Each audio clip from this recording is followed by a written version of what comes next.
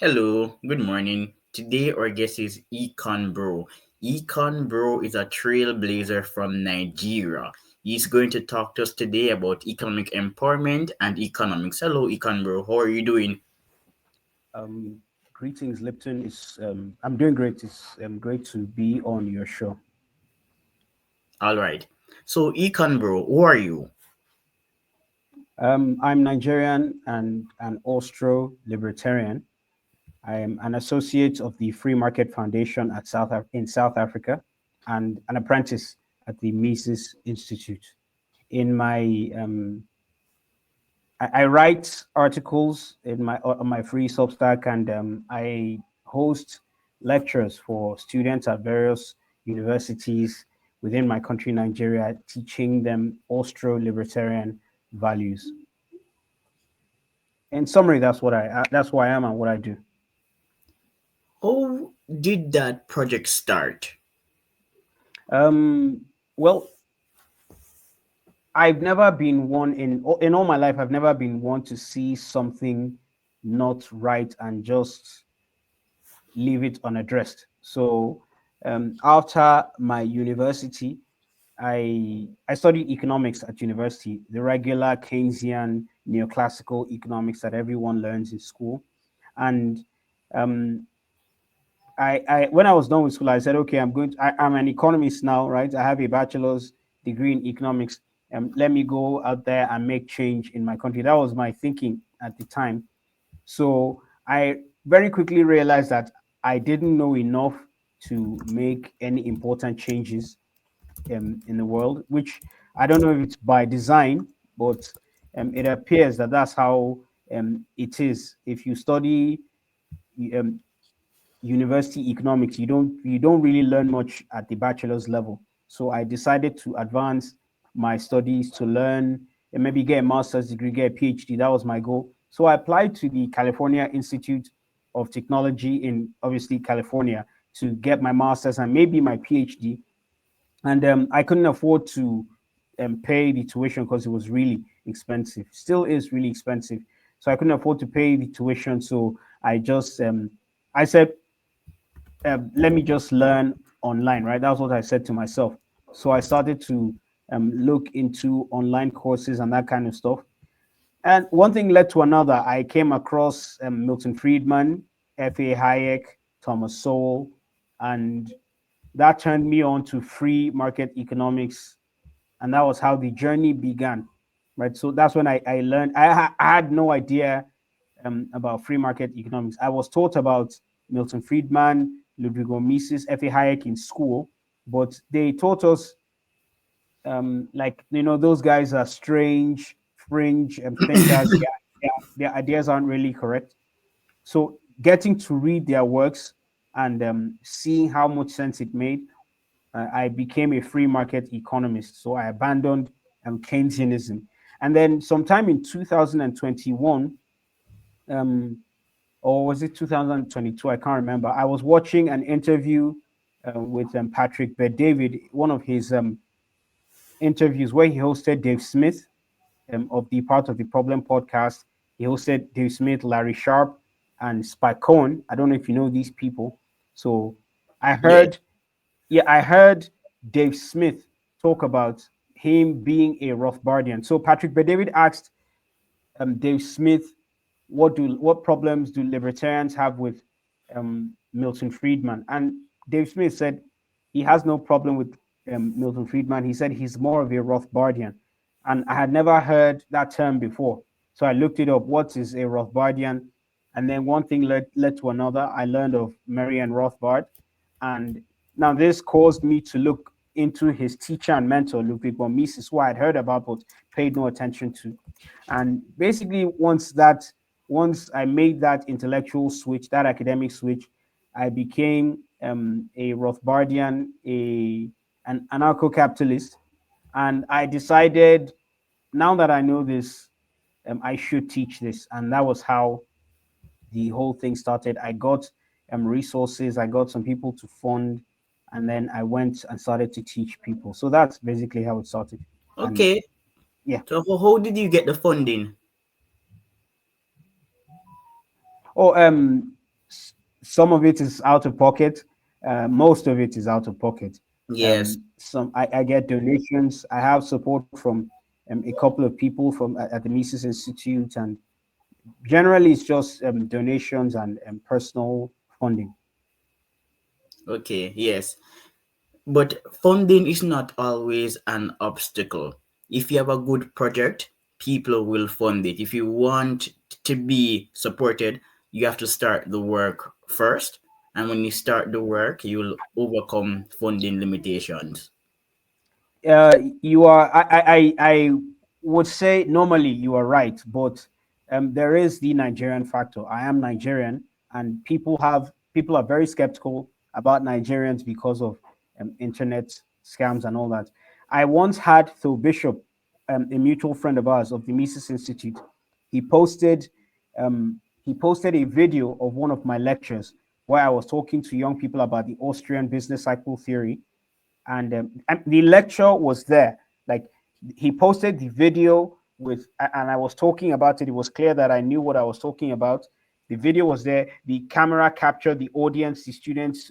I was lecturing, and in the comments, people said, "Thor, has a Nigerian prince contacted you?" There's that scary factor. So it doesn't exactly, and I'm not playing the victim here. I'm not. Um, it's a well-deserved reputation. Nigerians have earned themselves that reputation. We You're have. right. Like Jamaicans. Oh, believe me, I know, but I think it's much worse here. I think the only people who give us a run for our money are the Indians and the Chinese.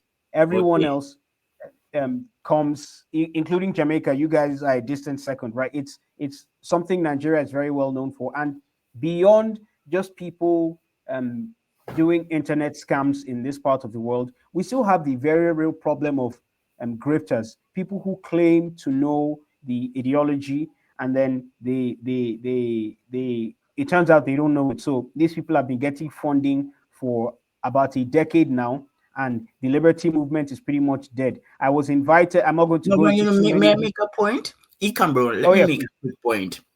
Yeah, Because please. you mentioned Nigerian scamming. I won't expound on that because we know that scamming is already an issue. We all get emails from Nigerian princes. But I would love to talk about the grifting philosophy. And I have Yeah, discovered that event myself. One of the easiest way to get funding is to be a grifter. You need to be yeah. shallow. If you can make a Twitter post and 10,000 people can see it, you'll get funding. If you can create a post cursing Barack Obama for any random reason, people will give you Mm, money. The grifter mhm. mentality it is real and they get money. I've Nobody wants to hear you give an intellectual lecture on Murray Rothbard or Hans Herman Hoppe. People don't care I, about that. They want you to I stand up and just curse. I literally just said this to I said this literally I just said this to someone a few days ago. So I switched up my strategy online. uh, I try my best to do economic analyses to break things down. So I don't go into too much technical speak in my both in my lectures or in my tweets. I like, because if I speak economies, whether it's Rothbard or Mises or Hopper, um, not the layman doesn't understand it, right? So I break it down into everyday terminology, things that even a 13-year-old, a 10-year-old can understand when I'm breaking down these Austrian concepts, right? And I don't gain that much traction. But the moment you start tweeting out the kinds of things you said, just maybe platitudes, yeah, you get a lot of response from that. So I've seen that thing happen. It's very real. But what I was talking of when I meant grifting, this isn't what I was referring to when I spoke of grifting. I was speaking specifically of those here who claim to be liberty advocates, who claim to be familiar with the ideology, and then when you push them, when you press them, they you find out they have no clue what they're talking about. We have entire organizations, and I'm not going to name any names. We have liberty organizations that you and I know that operate in the West, in the US, in the UK, and they have their operations in Africa. And when you attend those events, there is literally no difference between the political and economic mainstream and those events. I was particularly upset about one that happened sometime last year, where a liberty group invited a proper statist politician or statist government official to come at a liberty event to talk about how the government has to invest in this and invest in that. Picture this, imagine this: a liberty organization, an anti-government, anti-state organization, calling inviting a statist economist to be the keynote speaker. And in his speech, he speaks of how the government needs to raise taxes and spend on such and such and such in order for the economy to thrive. So the exact ideological opposite of what we stand for. A liberty organization hosted an event, a liberty organization, and then invited a speaker to come talk that nonsense at the event, and nobody could say this is wrong, you know. And I tweeted about it when I saw it. A couple of my friends in South Africa and Kenya reached out to me and told me, brother, we have the same problem here. I was like, okay, it's not just a Nigerian thing, right? So we have that kind of grift here. People who do not understand the philosophy, who pretend they LARP as liberty advocates and just make a mess of the whole thing. So because of that, those of us who actually have an idea, right? I'm no expert, but those of us who know a little bit about what we're doing, um, we don't get any support. No, but Yes, no, sir. look. Econ brother said you're doing something great, so I won't focus on the negative, but you also need to blame the donors. As I said before, when you spend a few hours of your day to write an article or a policy report and you publish it somewhere, it gets no traction. Donors are only interested in backing celebrities. Mm. I, It gets I no traction. I see I people who are agree. really smart, they do good work, and they can't get a following. I And there are I these I I, I mediocre people, they get following, they get money, and I'm like, they're wrong. They're so wrong. I completely agree. I completely agree. I've seen it happen over and over. So there was a video there was a lecture Professor Hans Hermann Hoppe gave at his Freedom and Property Society a couple of years ago. It was called the Hayek Myth. I don't know if you've watched that lecture. If you haven't, just Google it. Hans Hermann Hoppe, the Hayek myth. He explained in the video, in the lecture, why people like Milton Friedman and F.A. Hayek rose to prominence above someone like Murray Rothbard And and Ludwig Ludwig von. von Mises. Yeah, so he explained why that kind of thing happens. And unfortunately, I don't want to say too much because I have friends and supporters who are very strong Hayekians, strong Friedmanites, and I don't want to offend anybody. But yeah, I believe me, I understand what you're saying.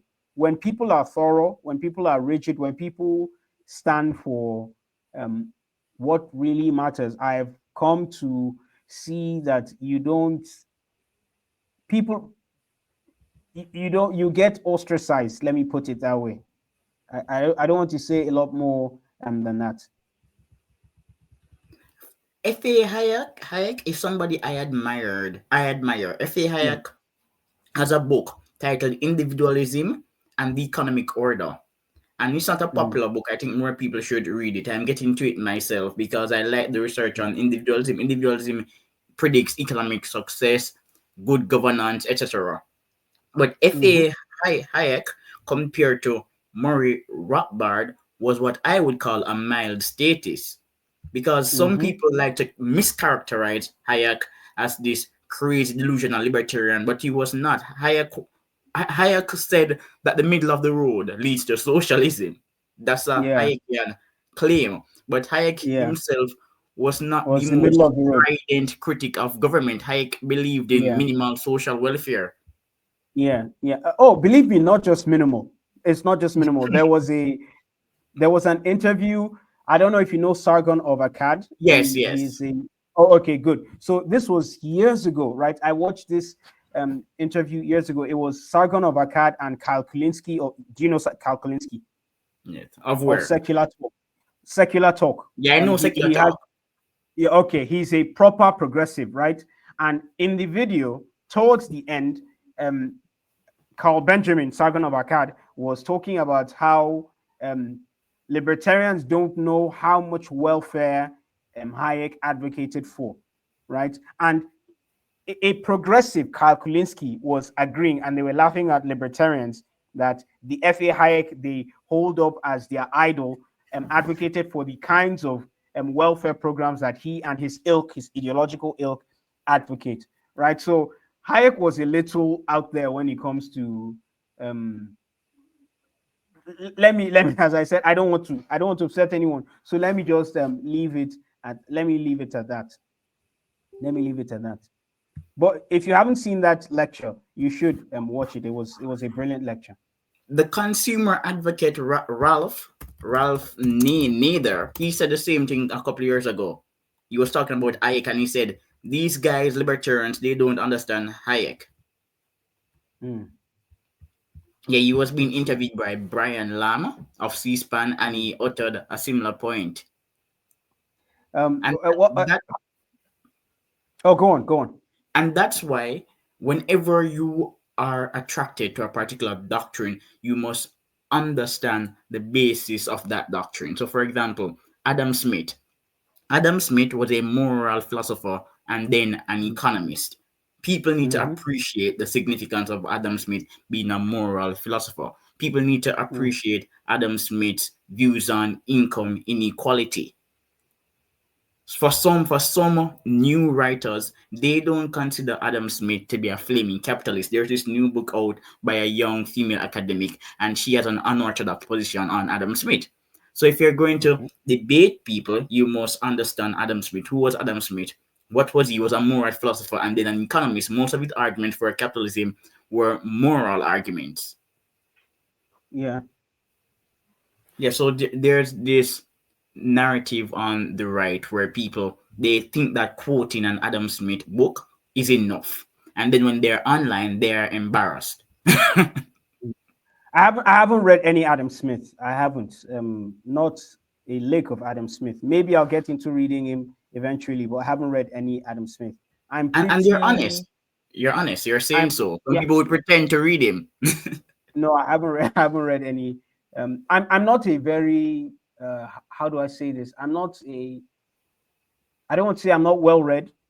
It's just I'm very focused on one thing, right? So if I'm reading Milton Friedman, I'm reading Milton Friedman, and that's all I'm reading. If I'm reading Mary Rothbard, that's what I'm reading. So now that I've come to, and I'm not particularly want to. How do I say this lightly? I don't like to waste my time, right? If I know something is correct, I don't um like apart from making argument as to why the thing you think is incorrect. I feel that's the only reason to read. How do I say this? I don't think it's entirely necessary to read Thomas Sowell on economics if you've read Ludwig von Mises. What would Okay. be the point? What would be the point? Right? That's how I see it. What would be the point? He's not. I don't think he's offering any new insights or any advanced insights to what Ludwig von Mises or Mary Rothbard have said. So it's sort of like that. This is going to offend a lot of people. Yeah, it's going to offend people, and that's okay. But I like Thomas Sowell. I think if you Or, want a good counter argument to cultural positions like yep, cultural relativism, Thomas Sowell he's is a good person to read. he's the best. Yeah, he's the So, best, World in my Politics and opinion. Poverty, that's a brilliant book. Conquest and Yeah, Culture, that's a brilliant book, and I've read these books. And his book, everything.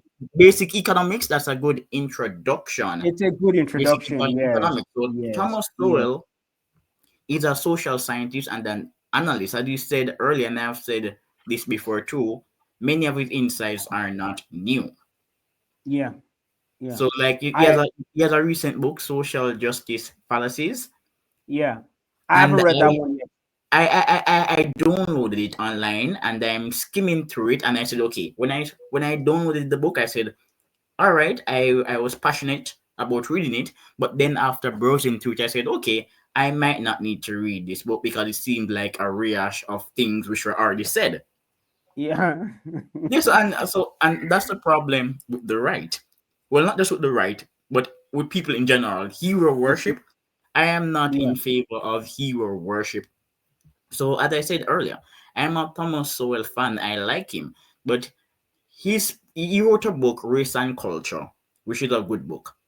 Mm. And Thomas Sowell, in a work published over like 30 years ago, he criticized genetic arguments for IQ gaps. And at that time, the critiques were interesting and relevant, but today Mm. they are no longer relevant. So if you are interested in a topic like IQ, for example, I don't think that Thomas Sowell should be your go-to person. No, interesting. Yeah, this is I I'm just putting it out there. uh, And Thomas Sowell has said it before. Just because you are an expert in economics doesn't mean that you should talk on physics. yeah, yeah, agreed. Agreed. So what would you recommend on IQ? What would you recommend? Well, if you're interested in talking about IQ, I would recommend somebody like Richard Lynn. Despite the critiques, Richard Lynn is a highly replicated scholar. And I know this because I've read him, I've read his critics, I've read his responses to his critics, and I know people who knew Richard Lynn and we used to correspond. So he's a highly replicated scholar. Michael Levine, he's really good. Michael Levine is a professor. Let me get the name. Yes, Michael J. Levine. He wrote Why Race Matters. Yes, Michael Levine, Why Race Oh, Matters. It was published okay. in the 90s, but it's really good. So I would Okay. recommend Michael E. Levine, Okay. Okay. Richard I've seen Lynn, it. Yeah. Arthur Jensen, Heiner Rinderman. There's this economist from Dutch, a Dutch economist. I can't pronounce his name. Yanti. I won't embarrass myself, but he is also really good. Okay. And You Edward know Hoover, what? Emil Just just Kierkegaard. just email me a list. Yeah, I will. Yeah, I will. And there, this person, professor of finance, who writes really well on IQ, called Edward M. Miller. He's like in his 80s now. Mm. But your go-to people for economics aren't really your go-to people for IQ. So, for Oh yeah. example, Yeah. Yeah. your go-to people for a legitimate defense of colonialism will not be your go-to people for Austrian economics and I agree. libertarianism. So, for I agree. example, I write from Mises, and I like Mises, and I would say this: Mises is a very tolerant institution because many Yeah. of the articles which I have written for the Mises Institute are politically incorrect. They're really politically incorrect. So and they have published my pieces. So I Yeah. thank them for that. I've written some really contentious pieces and they have published them. That's very good to know. I Yes, so think I I read. won't. So if I write up an article defending Israel, for example, and Midas doesn't run it for whatever reason, not my problem because I keep pushing the boat with so many issues. Let me ask you this question. I want to ask you two questions. What would you say is the summary of the IQ argument, and what is your position on Israel? Well, Because the you, summary of the IQ argument, I'm not going to be simplistic, but the best studies which have been done, both recent studies and dated studies, all show that the environment doesn't matter much. In the 70s, two Mhm. classic articles were published, one by Robert Nichols and Peter Urbach. And both of those articles demolish the environmental explanation. And since then, we have published a plethora of studies showing that for academic performance, this is not related to black white IQ gap, but for academic performance, the environment does not matter much. There's a recent study that I just saw yesterday, published by a European academic. I don't remember her name. There is one on the heritability of academic motivation. There is one Mm. on the heritability of non-cognitive traits, which promote academic performance. And we have also, well, not we, but scholars have published a slew of new studies showing that cognitive ability is a better predictor of academic performance than socioeconomic status. So that's just the literature. Mm. The environment matters because parents have genes and they create a particular environment based on their genetic structure. Okay. Oh, let me put it this way. Would you say it's nature or nurture, or It is nature. It's mostly nature.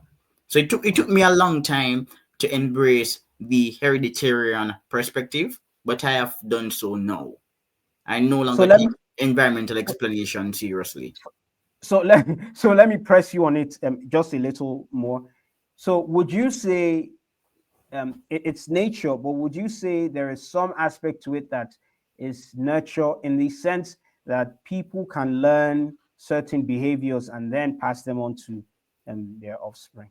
Yes, yes, that's okay. So there's this process called niche construction. So there's no gene for divorce, for example, but people have traits which make them more likely to get divorced. So based on your genetic makeup, you create a particular environment. And there's this paper titled Genes Alter the Expression of Certain Personality Traits Based on the Environment. I'm paraphrasing the title. So, for example, if Mm, you have a genetic disposition to be violent and you were raised mm. in a violent environment, the environment will amplify that genetic disposition. Okay, I can So, see for how example, that's working is. class. So for example, some working class criminals, they are high in risk tolerance, they're impulsive, and they were raised in an ecology which was not conducive to being pro-social. So the environment amplify the genetic expression for violence. Then, so gene alters the environmental expression. Okay, okay, That's that's and if you there are people who are really cordial. I can give you their names in an email, and you can always reach out to them for more explanation. But that I that, don't that would believe be myself. When the science evolves, I evolve. So there's no good. way I can maintain my intellectual integrity after being exposed to these studies. No way at all. It doesn't make any sense. I would be deluding myself. Yeah, that's for me. I've always sort of suspected this, but for me, it's kind of disheartening. I won't say why Well, they're you're doing it. black. Econ, bro, you're black and I am black, so we have to talk about it. Why people can't talk about it? Oh So, yeah, like, yeah, yeah, yeah. I interviewed this white economist who's really distinguished, and after the end of the interview, we talked about IQ and the Flynn effect, and he said, "Look, it's obvious that some students are smarter than others, but I don't mention IQ." And I said, "Good, you're white. You shouldn't. I can."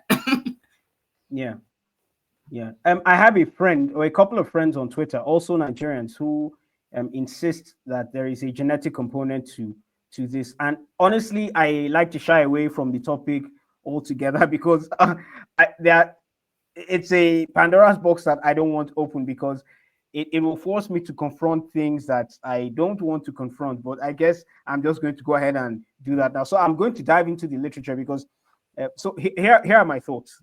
I believe I believe that if the environment is conducive for economic prosperity, that the economy would prosper. Right? That makes sense. Yes. I I've leaned so my proposal to, let's say, the Nigerian government now is basically to liberalize. And in the arguments I've made, the the the point of my emphasis in my arguments is that if the economy is free for people to do business, then foreigners will come in and do business. That's what I always argue. I hardly ever emphasize that domestic businesses will rise, right? For I don't know if you've seen the connection that I'm trying to make with the whole IQ thing yet. So I've always had this fear that some of these ideas that the Westerners take for granted might not necessarily work here. However, if, as I've said, the economy is liberalized and people come into the country, because people all over the world are looking for great places to do business, right? America is strangling businesses. Countries all over the world are strangling businesses. So if Nigeria, for example, is doing pretty well and economically, I mean, there are no restrictions. It only makes sense, especially due to the size of our population, the proximity to raw materials, because Nigeria is very resource rich. We have a large population of young people. So if you put all these factors together, it's only common sense that certain businesses should come here and start to produce. And I'm hoping that some of these traits would rub off on our people. And then in a decade or two, things will start to pick up here, which was why I was asking if the if asking about the nurture aspect Okay, so would let me can lead. respond. Yeah, Economic freedom promotes economic growth, and economic growth lifts people out of poverty. In the African context, economic freedom is positively associated with economic growth and poverty reduction. So if you want mhm, to promote social progress in Africa, advocate economic freedom. It doesn't yeah, take much for an economy to grow. Economic freedom is really important. You don't need to have the smartest people or the most charismatic people for an economy to grow. So if Nigeria deregulates the economy and improves the energy infrastructure, it will get growth. But what type of growth are we interested in? We are interested in Schumpeterian growth. Growth is objectively mhm, important, but it's also subjective. So when you compare the growth rate of East Asia to Latin America and Africa, East Asia, modern contemporary East Asian growth rate, it has been quite impressive. mhm, America, historically, the American growth rate has also been impressive. America is an economic superpower. This is still the best place for scaling human capital. Singapore growth rate, that's just out of this world. So you want to move GDP per capita from 2,000 to 10,000, then to 30, then to 40 and up.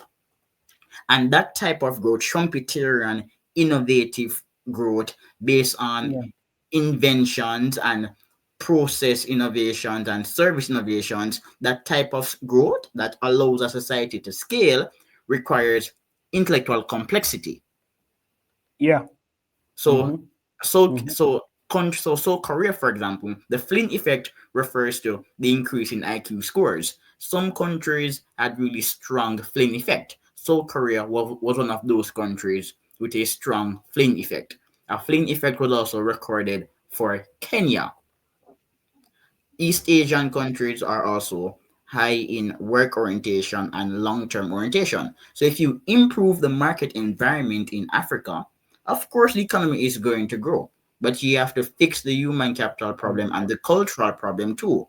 So, African countries are more communal, and communalism can deter entrepreneurship. So, there is this idea in economics, some people call it the solidarity tax. Some people say kinship networks are impeding entrepreneurship in Africa. In African countries, when people achieve success in business, they usually accumulate followers, where relatives and friends begin to pilfer their businesses for resources. So some people in Africa, they don't do businesses with family members because they don't want the appetite yeah, of family members to impede the success of their business. So if you want to change Africa, focus on the economic structure, but you have to make adjustments to the cultural foundations of a country. Institutions are shaped by culture and mm, human capital. There's no getting around that. You can okay, go ahead if you want to fair chime enough. in. Yeah, there's no getting around that. And Oh, no, no, no. I have written these articles for the Mises Institute. I don't fool myself about economic growth and development. I have a paper on patience and the wealth of nations for Mises, because without long-term orientation there can't be any capital formation, and capital formation is essential to economic growth in the Austrian economic model. Yeah, And if people can't think yeah, about the next 10 and 20 years, how are they going to invent and innovate? Innovation is expensive. If you're innovating, it means you're going to spend a lot of time building the project and you will fail. So it requires patience and discipline. And yeah, African populations are low in patience. Africa might be the least patient region in the world based on reports I've read from Mark Rigier, he's a German economist, and a paper from some other economists from Europe and America on patients. So, So, so what did you call him? call who? The person you said you read. Oh, Mark. His name is Mark. Marc. Mark. Rieger. Okay, Yeah, okay, he's from Germany. okay. I'm just taking down the names so that I can look them up. Yeah. So and that's why sometimes when I analyze economic commentary, I become so troubled because it's too naive. We need to get rid of the layers of naivety. Just get Do, rid of do you it not completely. do, do you not see the worry on my face since you started talking about this? Because it's making me confront, or rather, you are confronting some ideas that I've held, and it just leads me to want to look more into this stuff. As I said, I've shied away from this issue for too long. I guess maybe now it's the time to look into it. Well, I'm writing a book at the moment. I'm writing a book on Africa, which will touch on some of these issues. Oh yeah. Thor mentioned that you were writing a book. Yes, That's great. I would yes. So we definitely. have to get rid of the layers of naivety. That's taking us nowhere. So let me ask you a If question. You continue, spoke you can about, ask me the question. yeah, you spoke about patience, right? It's not a particularly African trait. So basically, that's just high time preference that you're talking Yes. about. If we're translating it to economic terms, we know very well that Professor Hans Hermann Hoppe has written extensively on that. My question is this: I believe that, or let me state what I'm about to state, then ask the question. I believe that high time preference is something that has been trained into people. I don't want to say by society, but by the monetary system. It sounds like a very simplistic argument, but I've witnessed it happen. I've literally seen it happen, right? I'm almost 4 decades on the earth, and I've seen Nigeria go from a relatively um, Nigeria has always been a high time preference society, but in the last decade or so, in the past decade, we've become way more high time preference than we were 2 decades ago, 3 decades ago. Like I've literally witnessed this. The desire for instant gratification is is it's it's impossible to compare it with what it was 20, 30 years ago, right? And there is almost a direct correlation with the price inflation and the increase in the high time preference of Nigerians, right? So um, I think sound money, which is one of the things for which I advocate, would be an essential tool in helping undo the excesses of, maybe there are components of time preference, high time preference, that have to do with nature, that have to do with IQ, or maybe it has to do with melanin in the skin. I don't know, right? Maybe there is that Melanin component in to the it, but skin. Well, it has it there's has this been, there's this maybe, who knows? economic there's this Maybe, I don't know. psychologist. I think he Mm. died, Donald Templer. I don't think Donald Templer is alive anymore. But Donald Templer used to research the link between skin color and IQ. It's called pleiotropy. So a gene that affects IQ could also affect skin color. He was very big on that. Donald Templer and Richard Lane. Yeah, but do you think that, does that make any sense? No, so they're Is not there saying any that merit people in the are argument? smarter because of their skin. That's not the point. They're saying Okay, I don't want to miss okay, it okay, called pleiotropy. Yes, pleiotropic effects. okay. So one gene Please just, can affect multiple factors. They're not saying, oh, because okay, okay, your skin is light, you're okay, going to be smart. okay. Woo. No, no, You, that's not what they're okay, saying. so what I was saying, the excesses of high time preference that I've seen in the last decade or so, I believe those can be undone if we fix the money problem. I there is no telling me that the reward system, which is basically summed up in money, right? There's no telling me that it has no ties to time preference. I can't believe that. So I think I think if we practice sound economics for a long time, I believe a lot of things would tend to adjust themselves. I don't know, maybe it's wishful thinking, but I won't know entirely until I've done the reading on IQ and all these other things that you were saying. But the Israel question, what are your Yeah, yeah. thoughts? So you asked me. So from I have written articles defending it. Okay. So I interviewed Ron Hunt on the show some time ago, and I've interviewed people who are associated with the Occidental Observer, and the Occidental Observer is rabidly anti-Israel and anti-Jew, and has been like that for years. And the Yeah. Occidental Mhm. Observer and Ron Hunt, the Hunt Review, those are institutes I read all the time, frequently. Sometimes they'll send an email to McDonald, and I will say to McDonald, okay, you have this article, I would like to read it for free. So I have no problem whatsoever with the Jewish question. Not at all. I read counter current Greg Johnson. I have no problem with the Jewish question. But on the matter of what's happening now with Israel, Mm. I am on the side of Israel. And I'm somebody who has engaged the anti-Jewish community online, but I don't I that's where I part ways with publications like Counter Currents and Run Hunts. Okay. So why is this? Why do I part ways Oh no, with? no. Why are you pro Israel on this particular issue? Yeah, no, I'm I am believe me, I pro Israel on this particular issue because Israel is waging a war against a hostile neighbor that's not interested in negotiation or settlements of any sort. Hamas is a death cult. In Palestine, children are indoctrinated into hating Jews and Israelis. In Israel, racial incitement is illegal. So there was an event in Israel where a baby was killed on the screen. The baby was not killed physically. Jews were watching a baby being killed online, and they celebrated the murder of the baby.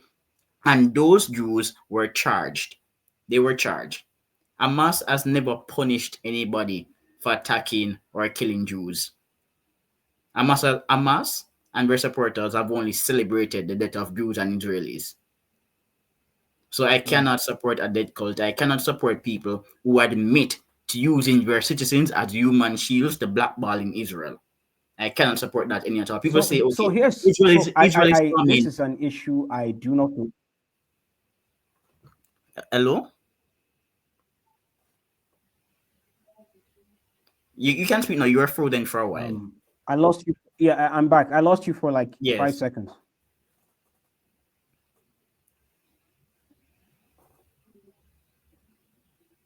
Oh, I'm still here. Yeah, you can continue to speak. Sorry. Yeah, you can continue to speak. You can go ahead. Okay. So I was I've heard people argue. I've heard people argue both. I've heard both sides of the argument. Um, so I really do not like this issue because I've heard people make the argument you've made, and I've heard people make arguments on the other side, like the exact opposite of, maybe not the exact opposite of what you're saying, but I've actually heard people argue. Um, the argument just escaped me now. If it comes back to me, I would say it. But my point is, I've heard compelling arguments on both sides. I just have to be honest with you. I've heard compelling arguments on both sides. So I've not found that definitive position on which Yeah, to because stand. as I Right? Some said, people argue that as I said, I have supported the dissident right on the Jewish question for a long time, but on this particular issue, we part ways. We have parted ways completely. okay, okay, Yes. okay. It's on this particular issue. Okay, fair enough. Yeah, Um, because I that's interviewed Walter yeah. Block and Alan Futterman, and it was a really good interview. It was over 1 hour, and we talked about Israel, Jews, and Palestine. And during that interview, I exposed harsh questions. So, for example, I said there is a story about the Jewish dead babies, that story was debunked. So I call out propaganda on both sides. The dead baby story, that was debunked. So even Okay, though I I'm did not on know the that. Israeli side, that dead baby story, yes, there was a story about the dead babies and Hamas killing babies, that was debunked. There was another story published by the New York Times on Hamas and raping women, which was debunked. But that does not mean that Hamas doesn't rape women, but that story was debunked. And as for the fatalities, the numbers produced by the Gaza Ministry of Health, those numbers are fallacious. So I call it propaganda on both sides. I am not interested in propaganda. So therein lies the problem. Nobody really knows. Oh, let me speak for myself. I don't really know what's happening on either side. You hear propaganda from this side, propaganda from that side, and it's really exhausting. It's really exhausting. Well, Yeah. it's good to know your thoughts. Maybe I would look. I don't even think I want to look into it. Honestly, I really don't think I want. I already have my own problems to face here, right? I can't be butting my nose Exactly into my someone point. else's. This is not a Yeah, hill I am willing to really waste my time on. So I've only yeah, written like yeah, two articles on Israel. I don't intend to write more. I am not going yeah. to really waste my time on the Jewish question. That's not my project. No, no. It's a tragedy what's happening on both sides. People are dying every day, and that's no fun. But it really doesn't bother me as an individual. I don't mean to sound reckless that people are losing their lives because it really is a sad thing. But in my country, people are literally losing their Exactly. lives Boko Haram. every day. Yeah, so I have my own fish to fry here. I have my bullets to dodge here. So let me Exactly. sort those ones So out this first that's not before. a hill that I'm willing to Yeah, sleep on. I have no yeah. animosity against Jewish people. I like many Jewish academics, like even Ron Hunt. He's a descendant of a Jewish person. His mother was Jewish, but he doesn't practice Judaism. So I have nothing against Jewish people. I read Tablet Mm, magazine, mm. but this is not my project. Yeah, yeah, yeah. I'm the same way. My favorite people in all of human history have been Jews. I can't. I'm Christian. I don't know. Murray Rothbard, who else? Mary Rothbard, Ludwig von Mises, Milton Friedman, Jesus Christ. These are people I look up to in my life. Being a Christian, so obviously I love me some Jews. So Yeah, yeah, Paul yeah, Gottfried, Walter Block. Yes, my favorite scholars are also Jews. yeah, yeah, yeah. So yeah, Yeah, but as I said, my own publicity. Walter Block, formerly of the Mises Institute. I do believe he's still a serious. I don't know if he goes to synagogue, but he identifies as Jewish. And I know Oh yeah, Paul Gottfried goes to the synagogue. oh no, I know he goes to synagogue. I know. I watched an interview where he mentioned that he goes to synagogue. Walter Block, I mean, Okay, I think but he, I know yeah. Paul So goes to the synagogue, so I have nothing against Jews at all. But at the same time, yeah. I have no issue with the Jewish question. But on this particular issue, I Mm. stand with Israel. I cannot support a dead cult. Oh yeah, fair enough. Yeah, Fair enough. I can't support a dead cult. But for me personally, I am not going to dissolve relationships because of Hamas and Israel Yeah, because certainly, they certainly. don't know me. They don't know I am, me. I am, I am no fan of people who, um, or let me not say not the people. I just don't like it when people. I wasn't pleased with the way the Mises Institute responded to Walter Block when he wrote his article on the issue. I wasn't pleased with that. I thought it was this man has been loyal to the institute for decades, for longer than I've been alive, perhaps. And I don't think he was treated very nicely for. And the Mises Institute is usually very open-minded about things, but the way Hopper denounced him and lots of people jumped on it, I thought that was pretty unfair.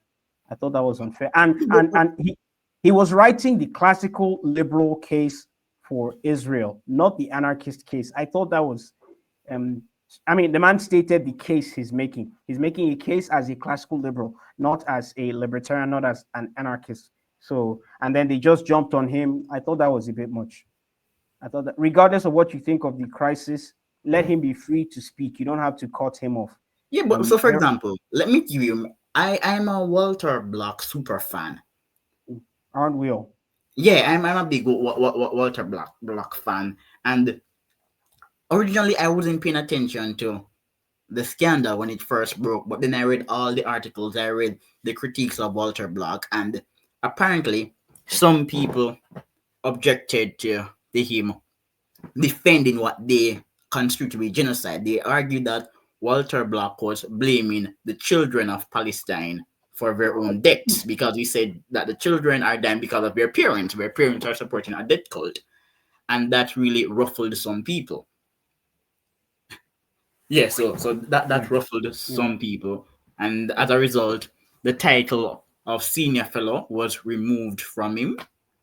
Personally, one writer notes that the Magic Institute has editorial standards, and if the Magic Institute has taken such a strong position on Israel, and Walter Block countering that position is so repulsive, then the Magic Institute will not publish Walter's pieces because their position is that Israel is perpetuating a genocide.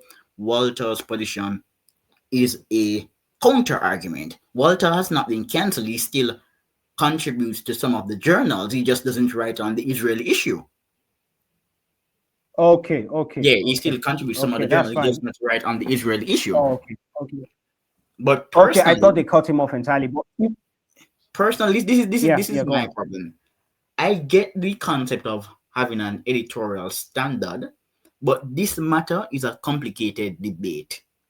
And if some people are going to posit that Israel is perpetuating genocide, there will be critics, and both ideas should be able to contend for space in the public domain. Mm-hmm, So the Mises mm-hmm, Institute has mm-hmm, published mm-hmm. this lady. I won't call her name, and she's a rabid critic of Israel. She said that Israel is committing genocide, and she cites international law. And I have read Mm. legal experts. I don't know this lady to be an attorney, but I have read legal experts and foreign policy experts who would disagree with her. So I just think that So if you okay, okay. yeah, So so I here just are my own thoughts on, and in closing, here are my thoughts on this particular whether or not, even if an issue is a complex issue or it's a contentious issue, I believe people should always be free to speak. It's always best when you know what people have on their minds. I don't care how vile, I mean, even if Israel was committing actual genocide, like and someone defends that, I don't care. Let him speak. Let her speak. It's only words, right?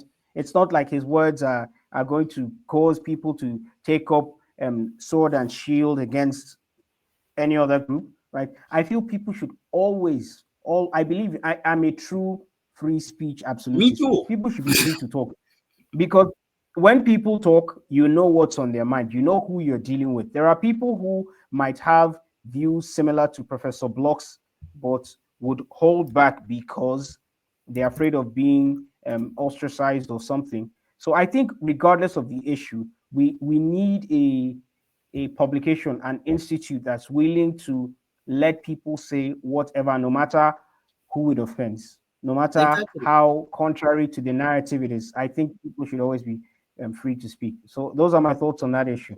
Yeah, and you don't have a genocide in the context of a growing population. That can't be a genocide. You can't have apartheid in the concept of social mobility. Israel is not an apartheid state. There was this writer who went to Israel in the 90s. He was from South Africa and he said that Israel is not an apartheid state. In Israel, the Arabs dominate the pharmaceutical sector. Many of these podcasters, they want to seem interesting, so they're interviewing the critics of Israel. But when are they going to interview somebody like Ephraim Karsh, who's a leading scholar on the issue? So, from personally, I think some people at least, only want to be seen as intriguing. I don't think they really care about the individuals who are dying. They just don't like Jews. Some of these podcasters, they just don't like Jews. I honestly don't think it's that Yeah, simple. I I know. don't I think it's don't that think they simple. I don't care think. that much about genocide. They don't care about Darfur. Many of them were not strident on Syria. I think it's because it's a trending issue. Everyone is talking about it, right? So it's profitable to talk about that Yeah, now. they're So talking about Israel disproportionate response, but the Jews who were killed mhm. on October the 7th, those Jews were the most left wing Jews. Those were the tech entrepreneurs. Those were the liberal, pro minority Jews, as in they were more likely to espouse minority positions in Israel. Those Jews were not far right Jews, the ones who were killed on October the 7th. As I said, I have my own problems here. So Yeah, exactly. And that's okay. That's not a hill you want to die on. not at all. Yeah, yeah, but it's May- good Maybe when maybe maybe when Nigeria is prosperous and everybody is well fed and have a roof over their heads, maybe I can weigh in but on other so issues. econ But bro, I'm so in no in place to talk Nigeria, about.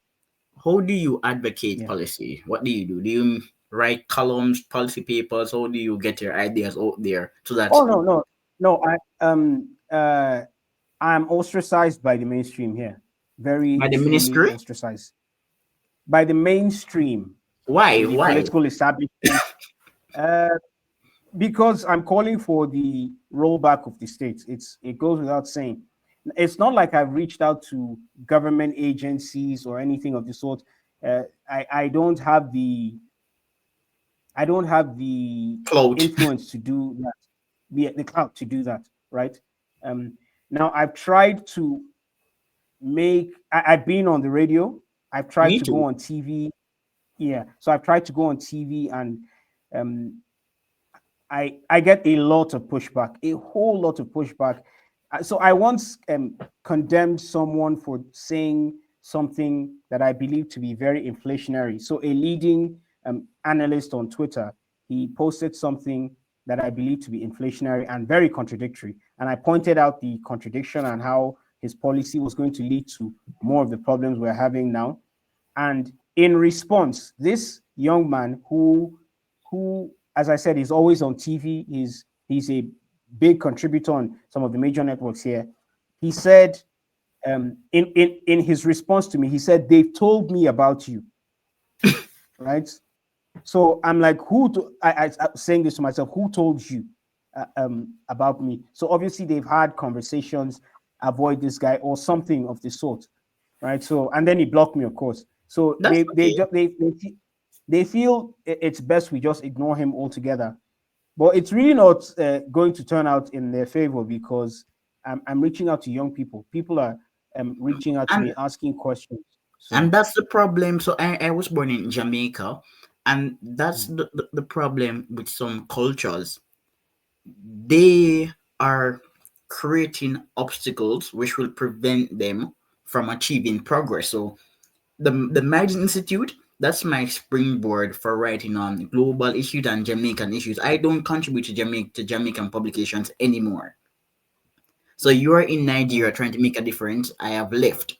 So I used to contribute to mm, Jamaican publications, but the responses were mm, not favorable. People just could not appreciate that I had something to say which was going to benefit their children and themselves in the long term.